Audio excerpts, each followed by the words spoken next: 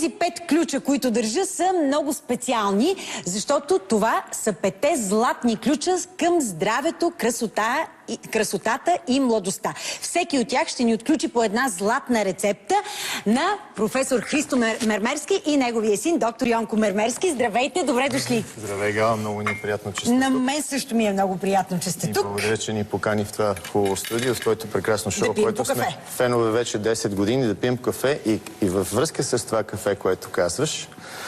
Не знам дали знаеш или е нарочно, или без да искаш, обаче ти 10 години вече, знам, че навършвате 10 години шоуто. Да, точно така. Ти вече 10 години извършваш природна медицина върху всички свои посетители. И това въобще не е комплимент.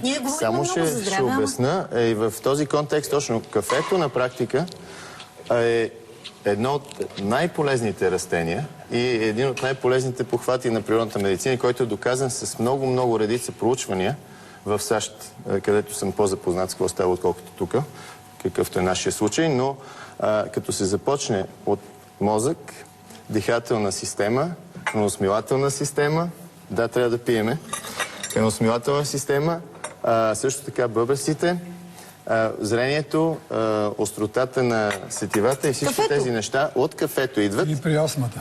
И астмата, да, в дихателната система. Но казахме, не, ние ако почнем да ги изреждаме всичките конкретни... Искаш да кажеш, че аз лекувам всичките си гости всеки божи ден. 10 години ги лекуваш и по този повод първо да си пине малко, да се Професоре, колеги сме, значи. Да, не само това. Това, че си колега. Искам да ти подаря моята книга за хранителните добавки, където и кафето е описано, така че да свериш, ако решиш, че ти си експерт по кафето 10 години, ако има нещо да сме пропуснали, с следващото издание ще го добавим. Много добре, да, ама има и негативни страни. Единствено. С високо скръвно налягане не трябва. Момент. Повишаването на кръвното налягане става само за няколко часа след пиенето. Имаме антидот за тази работа, който също е много полезен и хубав. 2 изтискани лимона фреш с една чайна лъжица мед преди кафето изравнява кръвното налягане и още един антидот. Този, с който сядате да пиете кафето, трябва да бъде положителна енергия човек, защото той ще ви го дигне кръвното и без кафето. Чакай, ние те обявяваме тебе по 60-та годишнина за кралица на кафето. И аз исках това да го кажем, а той ми открадна. Добре, кралицата на кафето държи естествено ключа към златните ключове, към златните рецепти. Но истината е, че тези златни рецепти са си ваши. Така че аз каква кралица съм, не знам. Едно от моите предавания, за да видят хората красива и умна жена. Явно от кафето, защото ти каза, че влияе на мозък. Влияе това въобще. Нямаме време да ги изписваме. Не, професор, дайте сега да вадим златните ключета. Точно така. И сега, ето го първия златен ключ, с който ще отключим. Сега ще видим каква рецепта за здраве, младост и красота. Ще видим какво сме заключили вътре. Я да видим какво ни предлагаш. Сега, само ще виждаме и изписанието. С това ключе отключваме една рецепта. Закуска с зелен, моркови, чесън и зехтин. Вади ги направо. Зеле, моркови, не знам, защо сме сложили лимон, но чесън и зехтин. Трябва ли лимон? Трябва лимона. Така. Обаче ние за какво сме тук, щом като ги има всички? Ще ми обяснявате какво му е това нещо. Добре, защото аз мислех, че...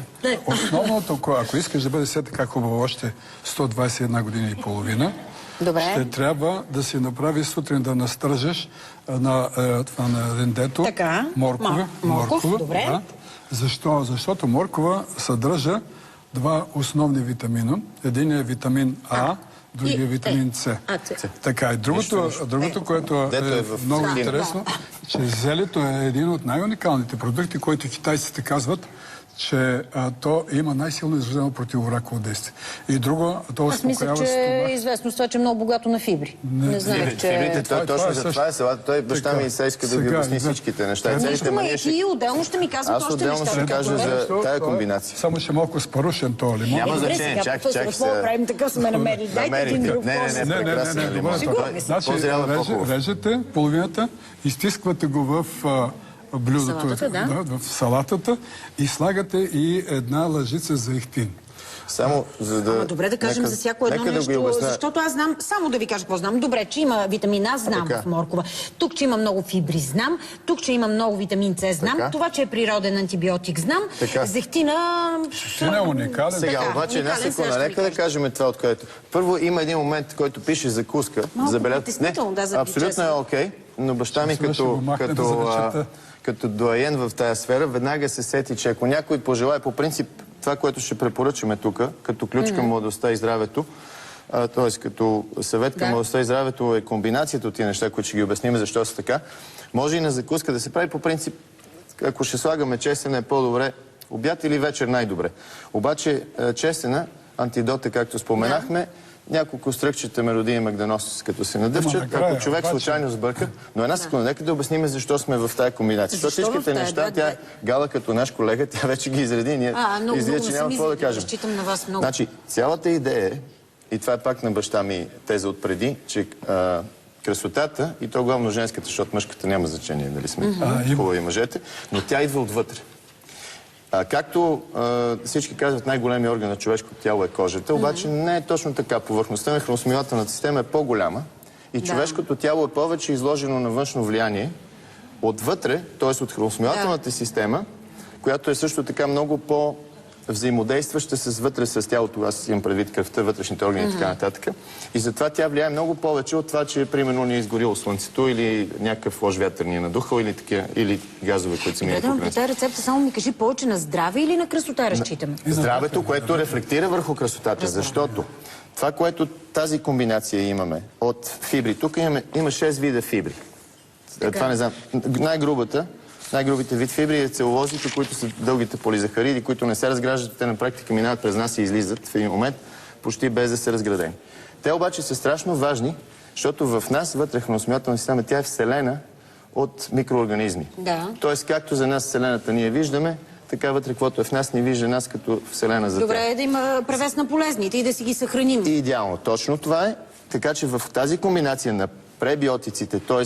жилищните квартали или колонии на микроорганизмите, полезните, които живеят в нас, именно това предоставяме с този вид комбинация от тези най-обикновени погледнати на пръв поглед. Какво даваме храна на пробиотиците, за да ги има Първо даваме възможност на организма да се освободи от това, което не иска, за да то на практика вътре се получава хранителната маса и каша, която по-късно няма употреба на тия думи на какво се превръща, но дава възможност на организма да се почисти от това нещо, а всъщност по-грубите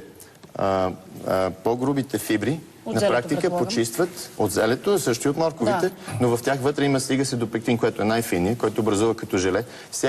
Всеки един клас от 6-те има своя функция на почистване и пречистване и на подпомагане на флората в нас, полезната за нас, да се развива.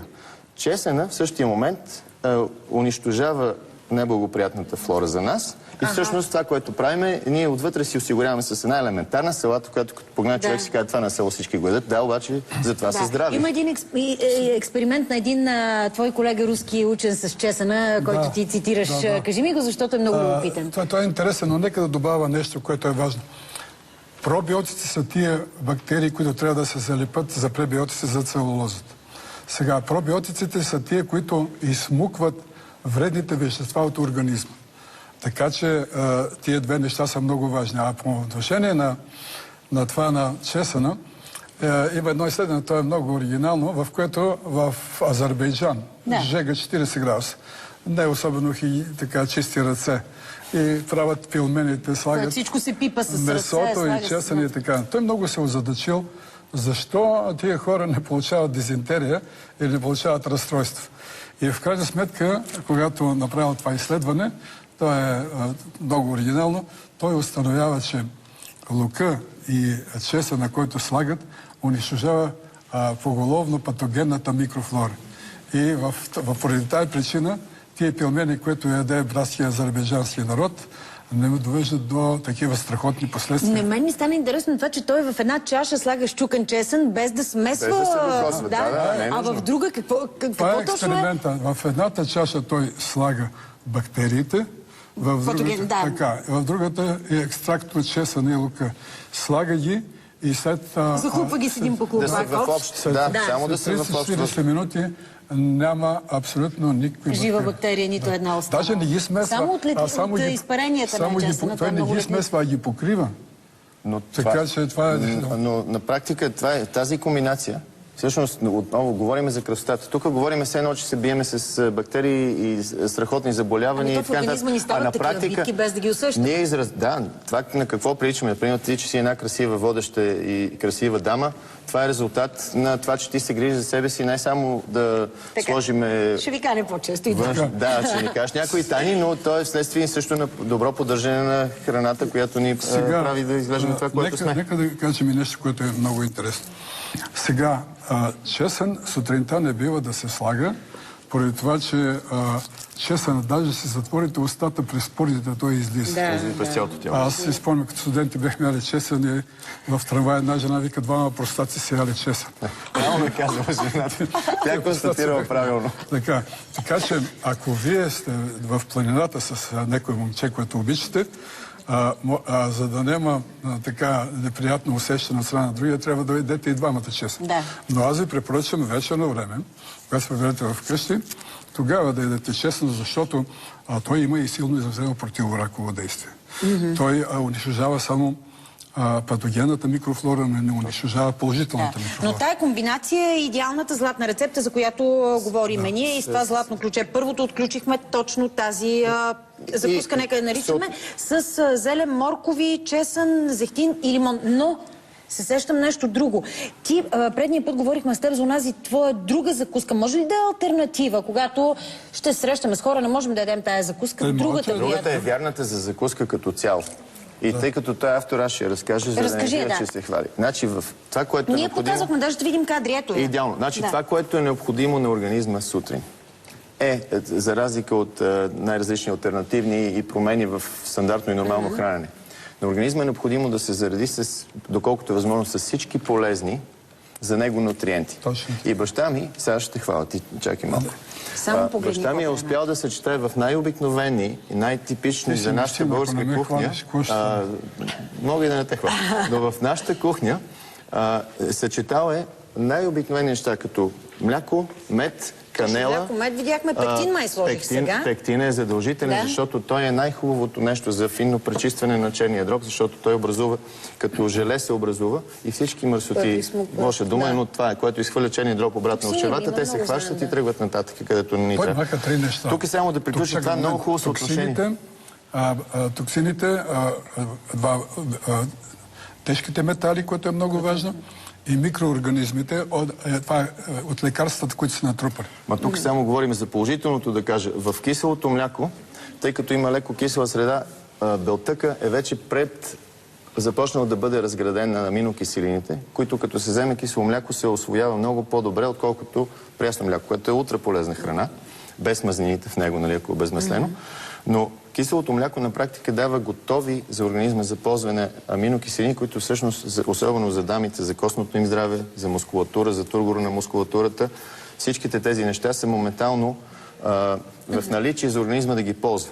Ние говорихме за тази рецепта доста предния път, това, ако искате да отваряме с... Това е по-скоро не е закуска, а е като цяло подготовка и даване на база на организма. Това е лечение чрез хранене. Професор, да видим второто ни златно ключе сега, каква е рецепта за здраве, младост и красота ще отключи. Нещо уникално, предполагам. Те и пете са уникални, нека кажем, че това е истината. Но, сега и ще прочем. Смесено приемане на храни, а не разделно. Това е тази златна рецепта, която отключваме с това златно ключе. Но защо, веднага питам, защо сте против разделното хранене? Защото, първо ще ви отговорим с един пример от реалния живот. Тук имаме май само да кажа всичко. Зеленчуци, различни видове месо, картофи... Нека да ти кажа нещо. Нека баща ми да даде един пример, аз после ще обясня. Имам една приятелка, която е професор в ВИТИС. Няма да й кажа името. На нея й казали да яде един месец само телешко месо или така нареченото разделно. И да избягва въглехидрати. Значи само белтъчини без въглехидрати. На базата на това нещо... Прословутата диета на кой беше? Той умря. Този, няма да казваме, за да не кача. Лека му пръсна него, обаче при нея се получи нещо много страшно. Получи се подагра, действително ослабна, получи също и високо кръвоналягане, изобщо получи разстройство на цялата система. Поне болестта на богатите е получил подагра. Точно така. Шегувам се, професоре. Пази Боже, разбира се, но да. Повече се твърди, че тя не се лекува, ние я лекуваме. Но по-интересното е това, че след като престава, тя ми се обади, вика, професора, какво да правя? Викам, може ли такова нещо?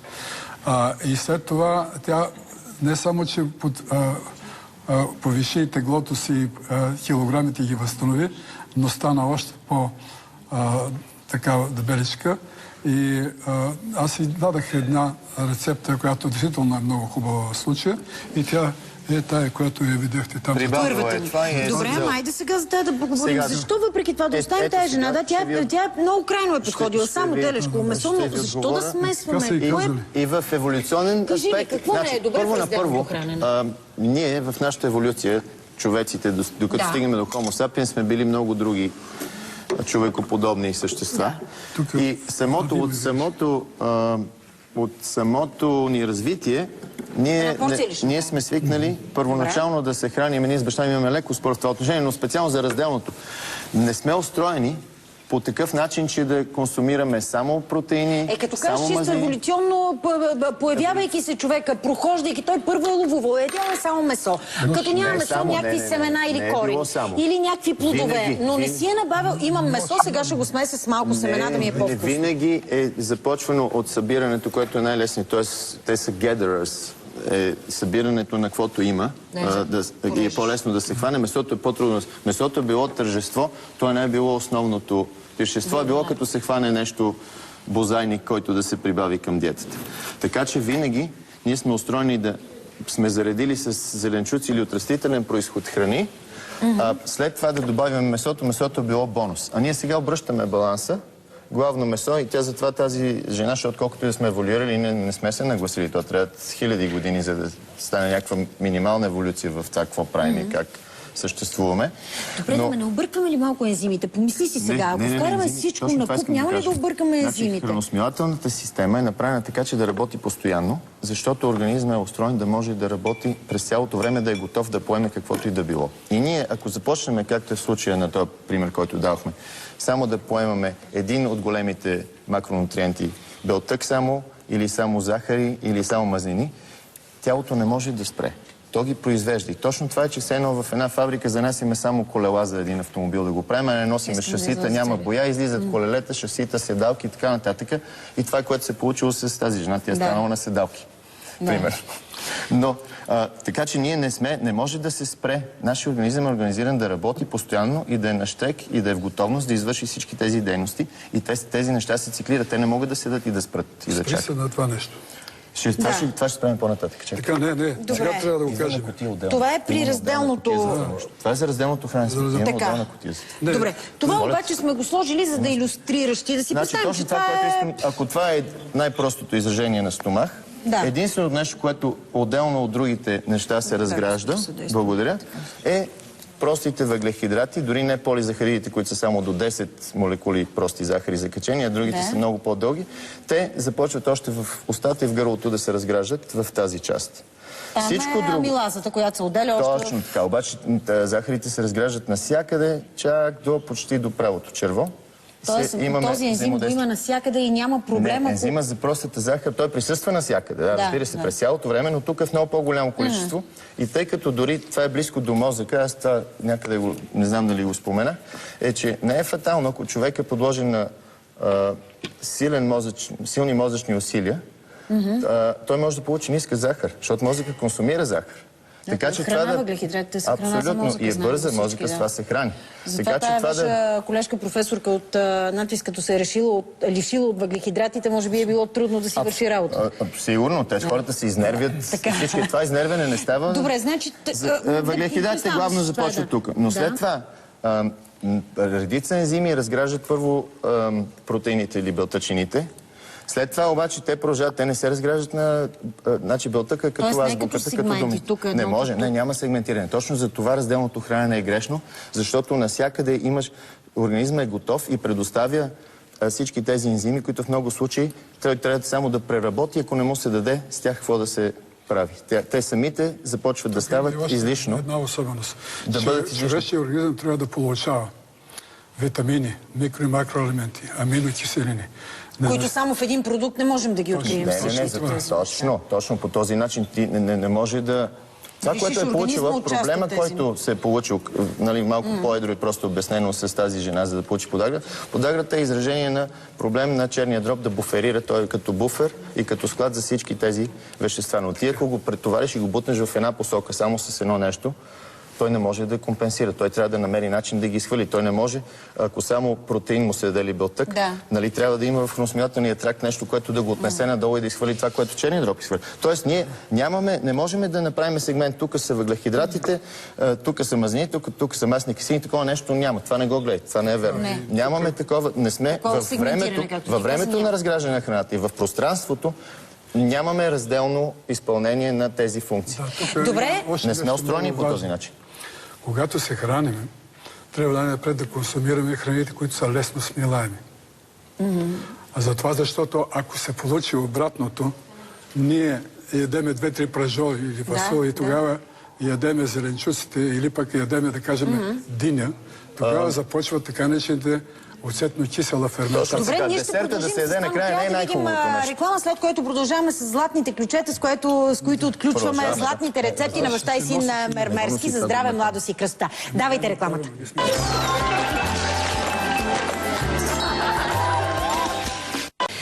Държа отново златно ключе в ръцете си с 5 златни ключета. Днес с баща и син Мермерски отключваме 10 златни рецепти за здраве, младост и красота. Стигнахме до 5. 10 ли казах? 5. Така, стигнахме до поредното. Я да видим сега. Това се запълне, ще да се... Не може, трябва всичко да видим. Да видим тук какво имаме. Това знам, че ти е малко любимо. Попаднахме на моето место, защото баща ми той е на вътрешната красота. Само ми помогни да ги извадим. Тук ме спечели и мен. Ей, сега ще видим какво точно отключваме с това златно ключе. Значи тук нещата изглеждат много елементарни, обаче всъщност никак не са. Значи както тази... Айде, колеги, пуснете да видим тази рецепта. Имаме, както тази салата... Редовен, само да кажем, натурален пилинг и мезотерапия в домашни условия. Само първо искам да кажа нещо за пилинга. По принцип това, което се прави химическия пилинг, който се основава на видове органични киселини, той на практика е много грубо нещо за кожата. Той наистина маха епидермиса, което е горния слой на кожата, мъртвия вече мъртве. Той наистина вниква в пори и почиства и убива микроорганизми. Защото той влиза и в дермиса, който е живата кожа и започва да я убива. Значи това на практика, ако погледнем под микроскоп какво става, ние имаме химическо изгаряне на кожата с това нещо, но то е микро. И първоначално това, което се получава кожата, вследствие на възпалителния процес и вследствие на допълнителното оросяване с кръвоснабдяване в тази област, в лицето в частност, в този случай, тя изглежда добре 1-2 дена, даже изглежда така с хубав тургор, всичко това. Но това след това спада и има поражение. За да избегнем това нещо и тези грубости, освен това пилинга той не подхранва кожата. Кожата е много важно да се подхрани. С това, което постигаме тук с тия елементарни... Как ще го направим това с лимон? Значи лимона... Картоф, сода е това, нека кажем. Нали е сода? Сода за хляб, обикновена сода. И зехтин. Зехтин, да. Към зехтина ще кажем после е хубаво да се добави, той да бъде зехтинов извлек от най-различни пресни и смачкани семки, от каквото пожелаете естество, но ще обясним защо е това.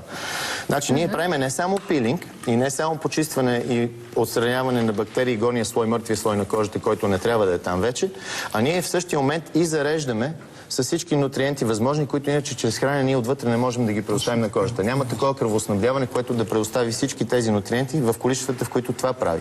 И се получава почистване на кожата, пилинг и едновременно с мезотерапия, което пак е подобно, защото мезотерапията включва инжектиране под кожата, пак нараняване и грубости. Тук нямаме нищо грубо. Ефект как ще вкараш в кожата? Сега ще го обясня. Добре, искаш ли, тъй като имаме модел, да си поканим едно момиче при нас и докато ми обясняваш и да демонстрираме и да ми разказваш. Това нещо и всяко едно нещо ще го обясним защо е така. Здравей, Мила, добре дошла. Тук се настанява и направо. Един остър нож, ако ми дадете, ще дам възможност на Ребека. Няма нея да пипаме. Значи Ребека сама, ние няма да я докосваме. Ще демонстрираме. Има до теб. Мога да го взема тук. Един момент е, че лимона дава кисела реакция, кожата се мене на 7 до... Това ще го обясним с всеки отделен ингредиент, като направим. Картофа има алкална реакция. Така че още при първото намазване с... Защото използвам големия нож. Може ли да затворя? Може, затваряме ковчежето. Ще видиш порите на кожата. Значи, съвсем елементарно е. Това отнема първо лимона, това, което прави. Опа. Така, внимавай да режат ни ножа. Няма проблем. Това, което лимона прави в този случай, той осигурява водоразтворими... Не само витамин С, всички водоразтворими витамини. С, всички от Б, витамин А. И същия момент предоставя цитрусови киселини, които са много по-нежни и много... Значи, момент. Прави се масаж около 1 минута. С лимоново резенче. Само избягвай да не влезе дори да влезе в окото не е толкова груба, че да... Дори нямате... Тоест тя трябва да си натрива лицето. Тя трябва да си направи... Правим го така, Ребека го прави, за да види всеки как може да си го направи вкъщи. Така, не се притеснявайте от това, че остава пулп и такива неща, ще ги премахнем после с вода. Значи в момента... 5 минути трябва да се... Масажа трябва да... Сега няма да го правим в студио. Само маркираме. Хубаво 5 минути масаж, защото той масажа също раздвижва кожата. Няма ли опасност? Това е киселина. Как точно това е? Ако има опасност от това, значи, че другата, която използваме, химическата, тя трябва да не изгори лицето. Напротив, е много по-нежно от химическата. И на практика обхвата на промяна в pH-то или в киселиността, която постигаме, е по-голям следствие на това, че ползваме картоф. После ще го обясна. Щипе ли ти? Малко ти щипе, няма нищо в сравнение с това, което правим от киселините, които се правят с одията, няма дори най-близо. Освен това, ако някой реши, че не му харесва и че му е дискомфортно, моментално се измива с вода без... но самото щипане на практика маха киселиноразтворимите мъртви слоеве на кожата и също така бактериите, които не могат да... микроорганизмите, които... Добре, сега трябва ли да отида да си измия остатъците от лимон по... Не, остатъците стоят, защото сега трябва да просмуче кожата да влезе. Това е мезотерапевтичният ефект. Добре, тук ще влезе ли витамин С? Витамин С, нали е много неустойчив на атмосферно влияние? Той е неустойчив, ако го оставим и тук имаме секунди експониране. Ние веднага почваме с отрязания лимон. Той влиза вече в трит и освен това... Значи в момента, в който отрежем лимона, веднага не оставаме си го и след половин час не, сега, както го правим по същия начин, само че това масажиране, по принцип, то се прави 2 пъти на 2 седмици, не повече, по-често. Не е нужно да се прави на по-малък период от 2 седмици. Добре, и сега тук вече сме променили обаче pH-то на кожата. Вече отишло на под 7, отишло на киселинно и всичките микроорганизми, които Ребека е засегнала, са избити, убити и сега ще бъдат изгонени. Тя в първи момент, в който отиде и си измие лицето и ако може да отиде да го... Ако искаш да го измиеш само с вода, без сапун, без всякакви химикали. Малко ще маркираме, няма да правим всякак. Казахме, че това трябва на 2 седмици веднъж и да е около 5 минути това обтриване с лимоново резенче. Следващия, и като може да... повече от един резен ще трябва, когато се прави в пълния му мащаб. Като са 5 минути, естествено, че това резенче нищо няма да стане. Следващото нещо, което е един най-обикновен картоф. От самоков са много хубави. Чудни са, аз ги обичам много. И най-ценното на картофа по отношение на пилинговата страна е това, че той има алкална реакция. Тоест, със съвсем малко отклонение от неутралност, ние избираме всички бактерии, които имат непоносимост към алкална среда. Значи киселите, тия, които не обичат киселото, току-що ги унищожихме. Сега ще унищожим алкалните. Това може би ще успокои малко кожата за червяването. Абсолютно. Значи, по принцип, ако забелязахте, на Ребека кожата беше леко неспокойна преди да започнем още. Да, ма и сега е за червеничка. Разбира се, защото ние сега имаме процеси, които протичат точно по... Сега този нож беше хубаво да го измия, за да не режеме с кисел нож. Трябваше 2-3 ножа да дадем. Не, то нищо не е останало по него. Сега правим същото нещо, пак 5 минути трябва, малко по-дълго това, което ще направим в студио. С резен. Ние пак казваме на зрителите, че маркираме всяка една, значи от стъпките до тук. Сега при картофа няма да има никакво щипане и нищо повече, защото... Пак си откри лицето. Значи същото нещо. И обстойно. Докъдето може да достигнеш, ако не ти харесва, може да направиш по-малко. Очите обикновено трябва да се внимаваме. Не е страшно, това е експеримент. И обстойно. Докъдето може да достигнеш, ако не ти харесва, може да направиш по-малко. Очите обикновено трябва да се внимаваме. Не е страшно, това е експериментирано. Аз съм първото опитно зайче, върху което всички тези неща се правят. от години, така че не няма пострадали. Дори да веднага с вода се измива, няма никакви. Докато, между другото, при пилинг, ако влезе нещо от онази киселина, трябва да се търси помощ, медицинска помощ. Да, така. Добре. Значи в течение тук има малко по-малко сок, отколкото при лимона. Пуска достатъчно. Да, но по принцип идеята, това в момента сълзи изцяло. Така. Този картоф, между другото, е много хубав, но всякакви... Да, защото има много... Тук продължаваме знаех, щях си махна и аз фондютена и да си го правя и аз заедно с теб, продължаваме. И отнема половин час цялата процедура, така че след... Но това трябва да е реда лимон, картоф. Може и обратно, но по-добре е обикновено с киселото да започнем. Да, добре, и после? След това идва содата. След като направим също нещо с картоф, пак ще оставим 5 минути, за да може пък... Картофа трябва ли да го измива или не е необходимо? Трябва. Да, защото картофа... Дори да не го измие това, содата, това, което ще направи, тя ще върне, ще нулира. Ребека, това е буфер. И маркираме, трябва да постоиш по-дълго, но ние казваме зрителите, разбират. Значи 5 минути трябва да си. Значи, сега, тук содата трябва да се... Тя е основа, алкална. Не, содата тя е леко алкална, но тя е буфер. Содата, когато я сложим в киселина, киселината бива неутрализирана и се буфер. Това е функцията на буфера в химията. На практика да върне по средата нещата. Това е което правим с содата. Като при нея ще имаме и леко абразивен ефект. Тогава не трябваше ли първо с солта да започнем, за да изчистим точно мъртвите клетки и да може да проникне витамин С? Не, този е реда. Ако содата направим буфер, лимона ще бъде неутрализиран и няма да подейства на кожата. Ако сложим буфера на содата и след това картофа, също няма да може да имаме на базова основа или на алкална.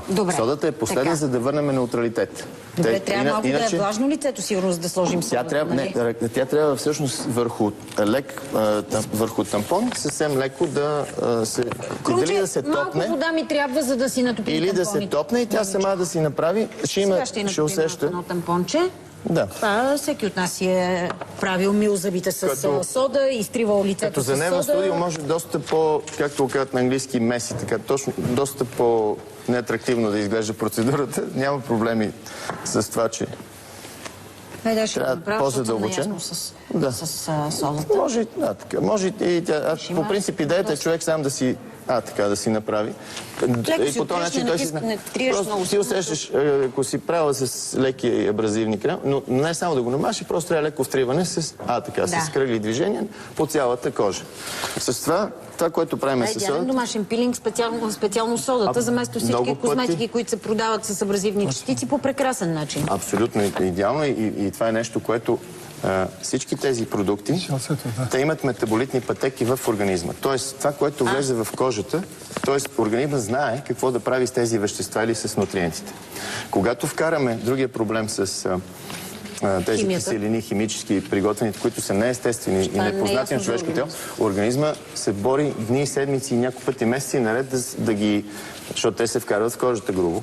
Оттам трябва да влезат в лимфа или в кръв. Трябва да отидат в черния дроб. Черния дроб трябва да се чуди какво да ги прави, дали може да ги разгради. Ако не може да ги разгради, да ги изхвърли през жлъчния канал. Ако имаме фибри, които да ги изхвърлят, става сложно и организма се бори с нещо, което не знае какво да го прави някой път месеци наред. Докато тук това е храна, която... Добре, сложихме и содата. Така. Оставаме няколко минути на содата, за да попие и тя да неутрализира, защото содата има друго нещо. Когато кожата е неутрална, тя дава възможност на зехтина или мазнините те да могат да влезат и да проникнат. Защото ако имаме кисела среда или ако имаме алкална среда, знаете, че ако смесиме зехтин с вода и с киселина, те се отделят два слоя. Да, точно така. И това не допуска зехтина да влезе. Содата също осигурява зехтина или маслата да не проникнат вътре. Като зехтина не го слагаме само за да е лъскаво. Зехтина носи в себе си масни... Че може и с семена, с студено пресорни семена. Значи зехтина носи витамин Е, носи масни киселини, носи масно разтворимите витамини и нутриенти. Но за да го направим по-богат, е хубаво преди процедурата една седмица да се намачкат в хаванче. Да се намачкат в хаванче всички тези максимален брой семена, защото всеко едно семе е заредено и има сила. Тоест ние да си ги направим, ние да си ги правим и зехтина се слага и се получава настройка, която зехтина като се разджурка няколко пъти в този процес на една седмица. Това е бавното и досадно. Друго става за 5 минути. След това вече то се оттаява и това, което отгоре, то носи богатство, цяла химическа лаборатория, но в кавички, но от всички масно разтворими витамини. Защото с картофа и лимона осигуряваме водно разтворимите, целият спектър, с зехтина осигуряваме масно разтворимите. Те се изключват. Трудно е да се... например, витамин Е... Няма нещо зехтина да... Това е, който всъщност доведе до образуване на комедони. Гладка като кадифе. Запушването се получава от организми, екскременти на организми, в смисъл при възпаление, или от вещества, които тялото няма за тях метаболитна пътека, с която да ги разгради и да ги обработва. Ако някой не иска да ползва зехтин, да не ползва, това е абсолютно окей. Но това беше хубаво, което каза. Намачкваме семена, да речем сурови, разбира се. Сурови. Каквото се сетите. Фъстъци, бадеми, те имат всичките носят. Или нещо маслодайни, всички възможни. Да, и ги накисваме в зехтин. И колкото по-дълго си. Той може да си седи, зехтина ще ни трябва един тампон с 2 мл ще покрие цялото лице. Не е нужно да тече от лицето зехтин. И кожата се получава първо се получава така, че пилинг е направен и то само до нивото, до което не сме засегнали жива кожа, а живата кожа сме нахранили. Така че абсолютно различно... Добре, Ребека идва сега за последната... Ти ще кажеш какво... Тя сама ще съвсем минимално ще натопиме в този случай. Добре. Вземи си едно тампонче само, натопи си го малко в зехтин. Съвсем леко и съвсем малко... И си открие лицето. Я да видим колко. Достатъчно. Значи това можеш да го разтееш върху цялото лице. Само, че го не на едно място. Не, мисълта ми е разтри го, няма проблем. Обтри го цялостно, го размъжи, така че да не се концентрира на едно място. И сега, значи за зехтина трябва да бъде оставен поне 20 на минути, защото той, за разлика от водата, която просмуква директно, той отнема време, много по-тежка и сложна молекула, на маслата молекулите са, за да могат да се просмучат. И след това не се измива лицето, след като изсъхне, а само се избърсва ако има излишен непопил. Зехтин. Добре, Ребека, този път ще оставим 20 на минути с зехтина. Аз ще те извикам, ние ще продължим, ще те извикам след мъничко да видим. Въпреки, че ние, пак казвам, маркирахме. Казахме, че по 5 минути трябва всяко нещо. 5 минути обтриване с лимон, стоене след това 5-10 минути, след това 5 минути. 15 минути оставам. Зехтина се намаже, за да му има време да проработи това нещо. Да. И чак тогава вече идваме. Всъщност, като готвиш ти, преди да запръжиш, ще се набържеш с лимона. Така, намазвам с лимона. След това запръжваш, минават 15 минути. Намазвам с картоф. Намазвам с картофа. Обаче остатъка от картофа запържам. След като минат още 15 минути, вече започва да вари манджата. Така. Ти отиваш... С сода малко, пилинг. Така, сода и пак минават 15 минути. Обаче трябва 5 минути за да бъде активно. Разбрах. И накрая зехтина с тези семенца, за които говори сина ми, трябва също много активно за това, защото ти ще видите, тя е много млада, ние искахме някой... Окей, защото кожата не беше спокойна, моментално ще проличи. И тогава вече тая кожа, като я натиснеш, тя става като... Защо? Защото лимона маха порите, особено има жени, които имат картофа, дава алкална Само да посоча практическо нещо към това. Значи, не трябва дамата, ако реши да го прилага това нещо, както и за химически пилинг, не трябва да има никакъв грим, никакви... Всичко, което се слага по лицето външно и се продава е препарат и не трябва да бъде отдолу. Не, че нещо лошо ще стане, но ще пречи на ефекта, няма да бъде толкова... Добре, с Ребека ще се видим малко по-късно. Сега да продължим с... Или гела вместо 64 лева, това ще бъде без пари и това ще бъде, защото при... Ще оставят пари за кафе. Идеално, което е здраво. Химическия пилинг става щавене на кожата. Професоре, оставяме химическия пилинг, за да вземат другото златно ключе.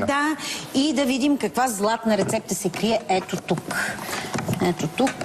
Така, като я гледам, няма да е много златно. Тук не изглежда... ние ще позлатиме. Тук не изглежда добре, тук, като гледам отвън какво има, не знам. Не така. Опа, чакай сега. Нещата се промениха рязко. Рязко се промениха. Даже чакай, ще взема нея, защото тя не е готова. Чакай, тук ще мериме, ще правиме точно. Чакай сега, не се отклоняй, там приключихме. Всяка златна рецепта си е на място. За себе си, сама за себе си. Много така. Чудесно.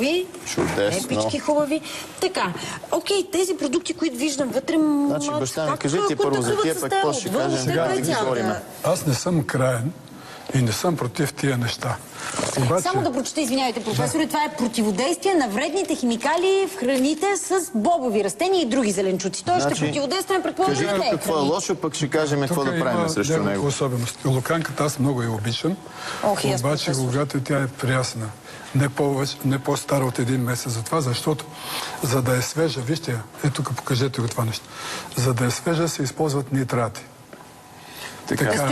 Нитратите дават две качества. Първо, съхраняват от разваляне и второ, поддържат този великолепен цвят. Обаче, ако стои... И аз сега, докато обясняваш, премери 100 грама луканка или каквото искаш ти неща. Добре, ти обяснявай. Добре, аз само да кажа, че това не всички ясно, че са вредни храни. Ето тук водете си разговора. Нека да завърша. Ако тая великолепна луканка стои 3-4 месеца, нитратите преминават в нитрозамини, които имат канцерогенен характер. Затова трябва да ги ядем пресни. Другото нещо, което е тия екструдираните картофи. Аз ще сложа разнообразие от такива. Ако ние картофа го вземем и го изпечеме, 100 грами имат само 80 калории. Ако обаче го направим в този вид или по-точно чипсовете, има 440. Добре, аз да кажа, че това е много хубаво, което ни казват, но тук сме избрали вредни, такива, които имат и нитрати, луканки, и такива, които са свършени през тях. Всичко това са вредни храни. Как ще им противодействаме? Ми кажете с ето тези бобови. Аз правя противодействието, докато баща ми говори. Трябва, ако имаме 100 грама от тия, които така или иначе не трябва да ги дадем, защото се съдържат белтъчни. А белтъчните изграждат костната система и мускулната система.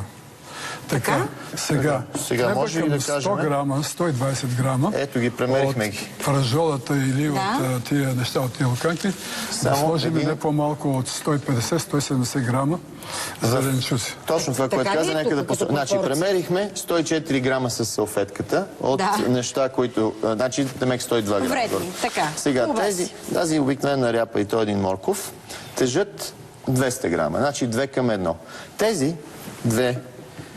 Тези два зеленчука, защото те са зеленчуци, тия двата, те неутрализират всичко вредно.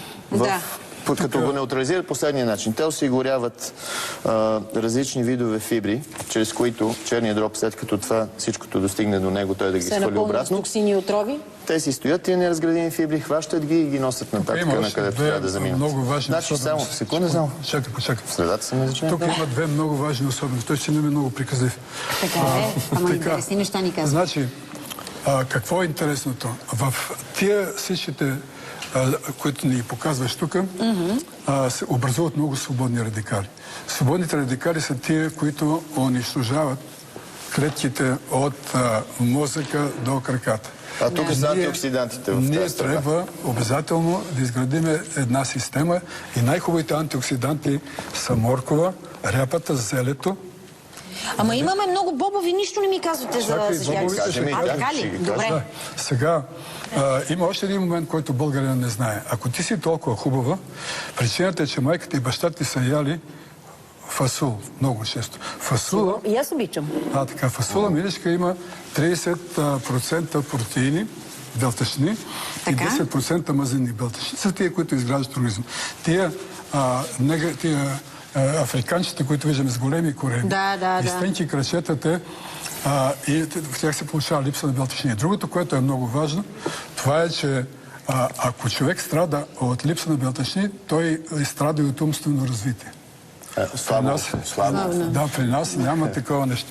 Само да посоча, освен фибрите, които са тук, всичките тези шушулкови растения, т.е. бобовите култури, които сме, лещата, боба, махута, всичките те имат още едно допълнително качество в себе си. Освен фибрите, те имат подобни на естрогена молекули, които нямат нищо общо с естрогена, но са подобни. Тоест те ще заблудят организма, че това е... Заблуждават го и помагат за преразпределянето на така наречените целулитни маси. Те решават два въпроса. Тоест, защото целулита се получава не вследствие само на поемане на повече калории, отколкото хората имат нужда. А на всички те вредности в тези храни, които има. Когато ги вземем без без допълнителните 2:1 съотношение на тегло, зеленчуци и плодове, които имат в тях фибри, тези мазнини, които се отлагат в неопределени места, те нямат възможността да се движат и става стагнация и те по този начин се получават тези бучки. А когато осигуриме, освен фибрите и тези, които са естрогеноподобни, нищо общо имащи вещества с хормоните, но заблуждават и предизвикват движение на масни отлагания, това дава възможност, човек може да не отслабне, обаче поне да не се кожата да не бъде на така че това са тези бобовите. Те решават два въпроса, което е много важно за тези, които ни слушат. Първото нещо е, че целулозата, която съдържат бобовите култури, увеличава перисталтиката на червата и тогава задържането на храната е не повече от 24 часа. Ако ние ядеме ето тия неща, при тогава перисталтиката на червата се забавя и в този случай вече се получава така наречена констипация или запек и човек не може да ходи 7 дни. Втория въпрос, човек. Добре.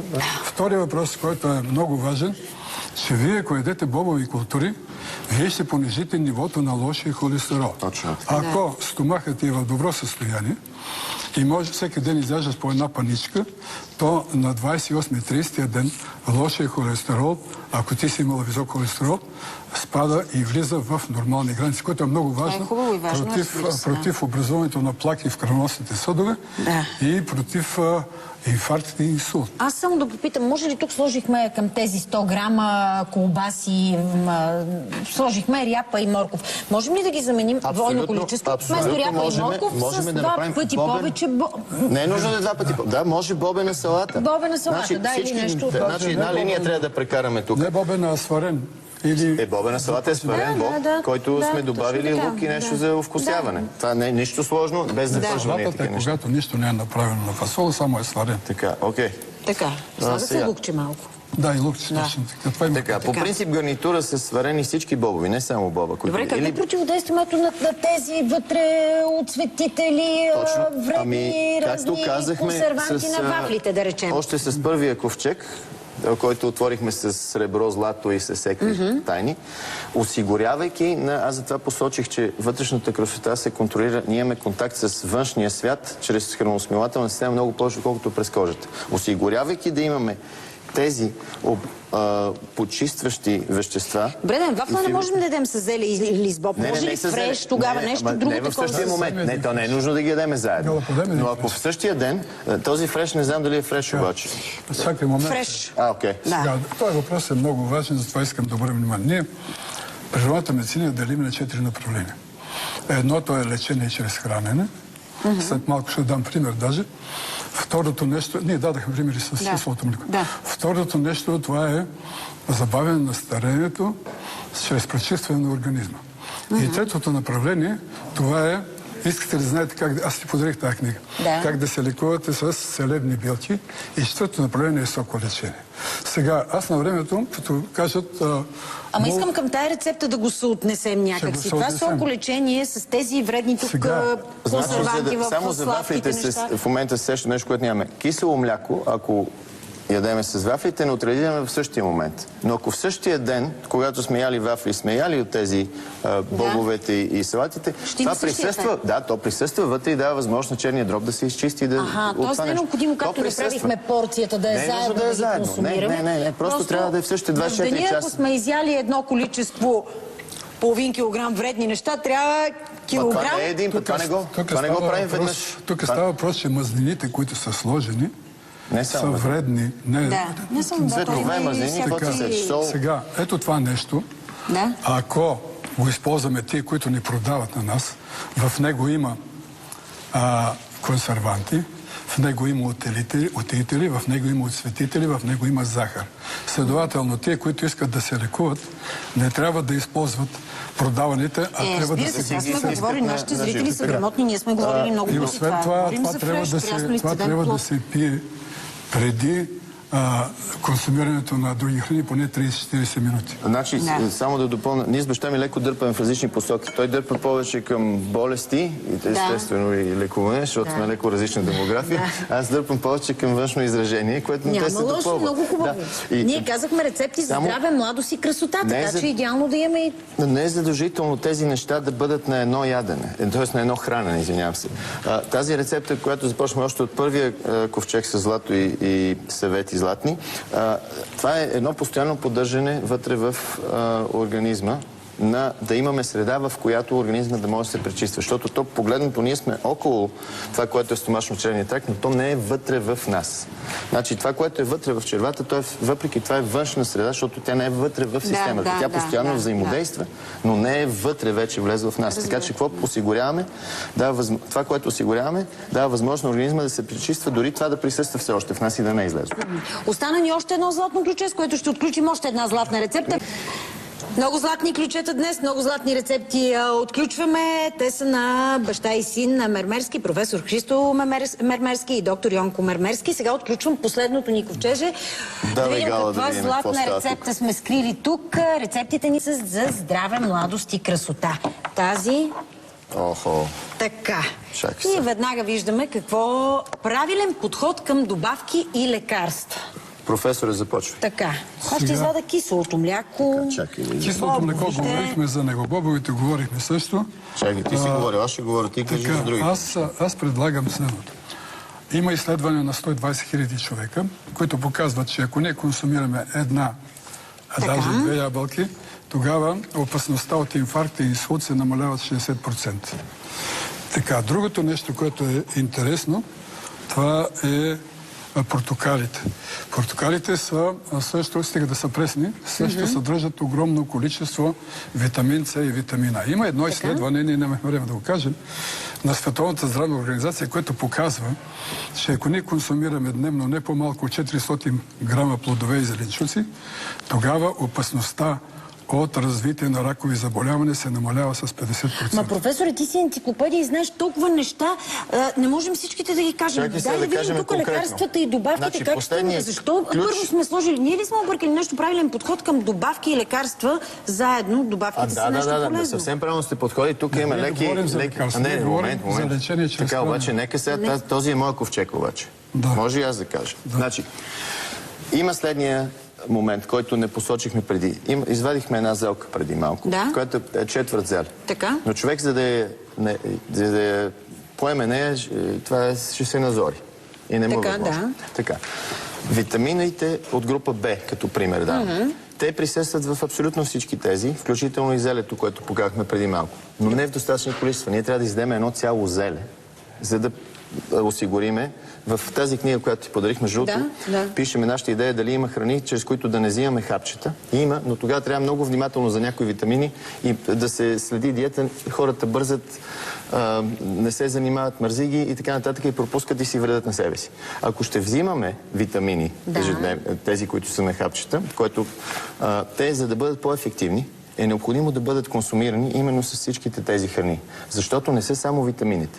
Има много синергичен ефект от кофактори, много други вещества, полифлавоноиди, той е резвератрол, който във виното постоянно го обяснява. Той е само едно от хиляди вещества, които са кофактори или сътрудници, да ги наречеме, на витамините. Тоест, ако някой взима хапчета за това, че усеща и знае, че не се храни правилно, въпреки това трябва да осигури малко среда, поне малко, за да може те да се усвоят и да бъдат по-ефективни.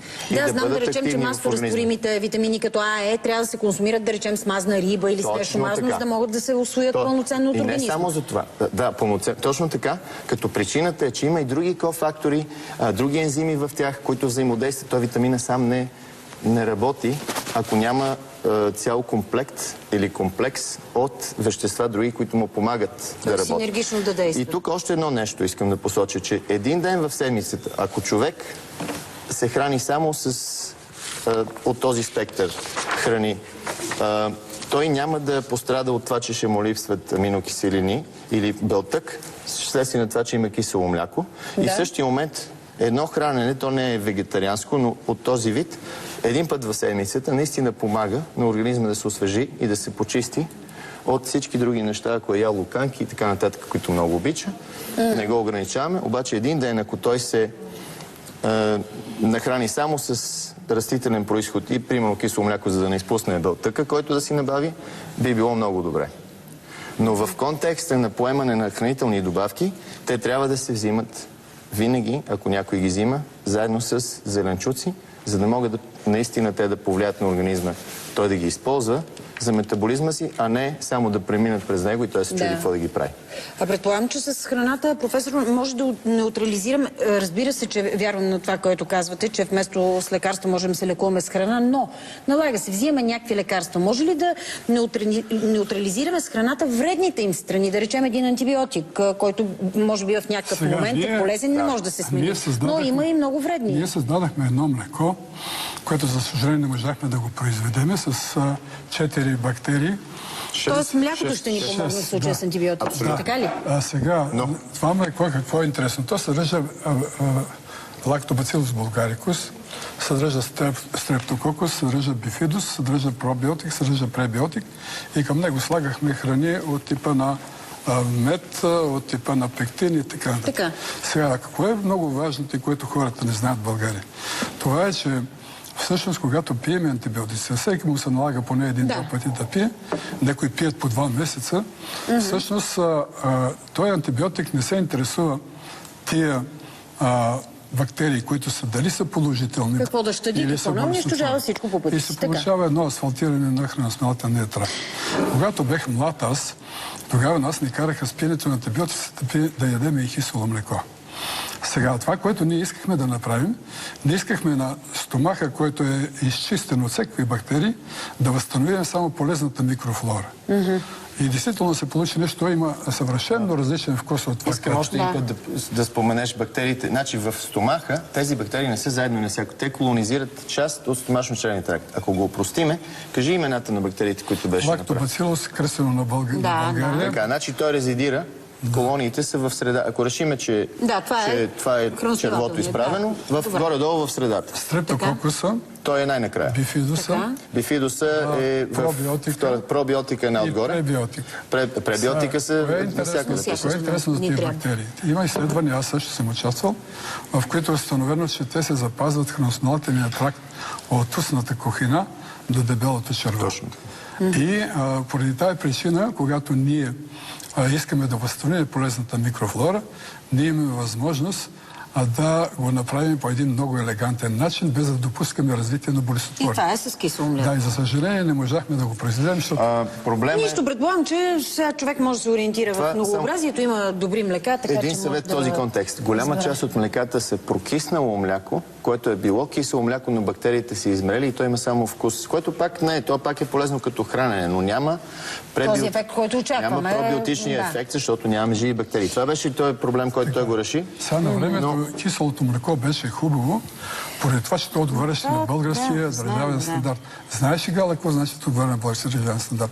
Това значи да имате 7 милиона живи от всички тия бактерии, активни. И второто нещо в един кубически сантиметр. Второто нещо, което не се знае в България, че всъщност при този процес, когато започва това участието на тия бактерии, те превръщат млечната захар в млечна киселина. Точно тогава той е най-полезен. Интересно е колко време биха се запазили същите тия неща. Добре, значи пак да се върнем към това, което всъщност отключихме, тази златна рецепта, която отключихме с това златно ключе, правилен подход към добавките и лекарствата. Оказва се, че храната е изключително важна, за да се усвоят пълноценно добавките. Абсолютно. Независимо, че може да са прекрасни, естествено добити, трябва ни нужната среда, осигурена от храната, за да могат пълноценно да се осигурят. В същото време и лекарствата, които понякога се налага да взимаме, професоре, пак с съответната храна можем да неутрализираме вредните им влияния, може би и да засилим полезни. Идеално го формулира, като наша колежка от 10 години. Казвам ви, че съм колежка.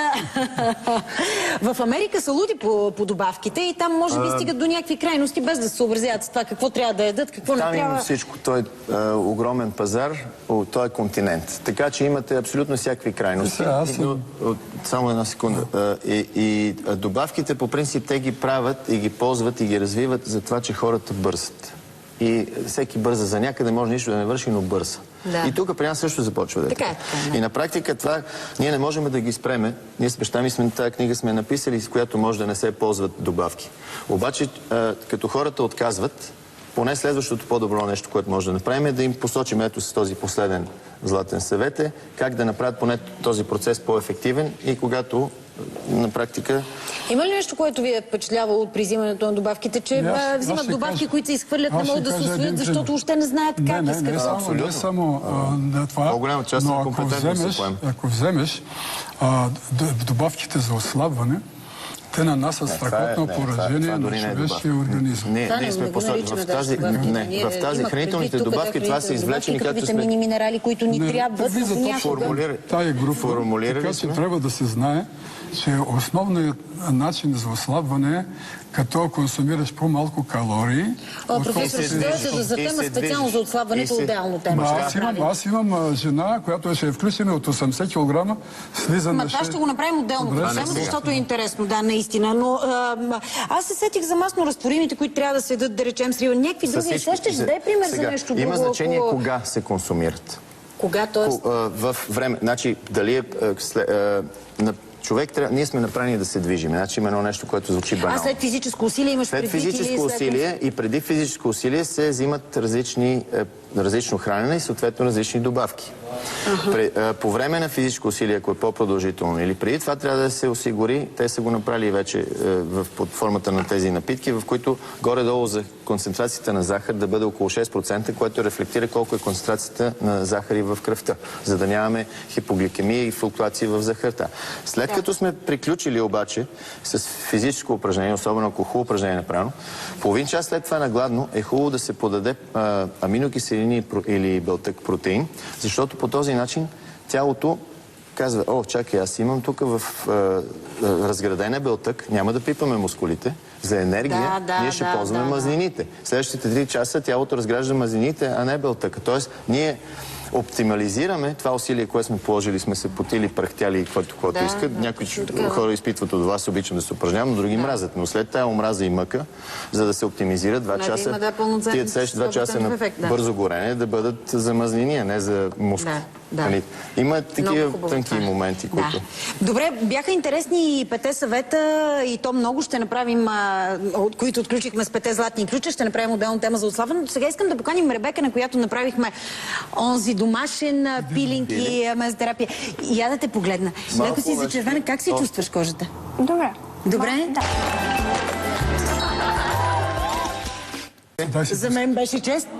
Професоре, ще ви чакам отново за отслабването. Царицата на лекуване с кафе. Ето това е. Днес ли са кралица? Кралица в Англия, царица в България. Да, викайте ми кралицата вече, продължаваме само след секунди.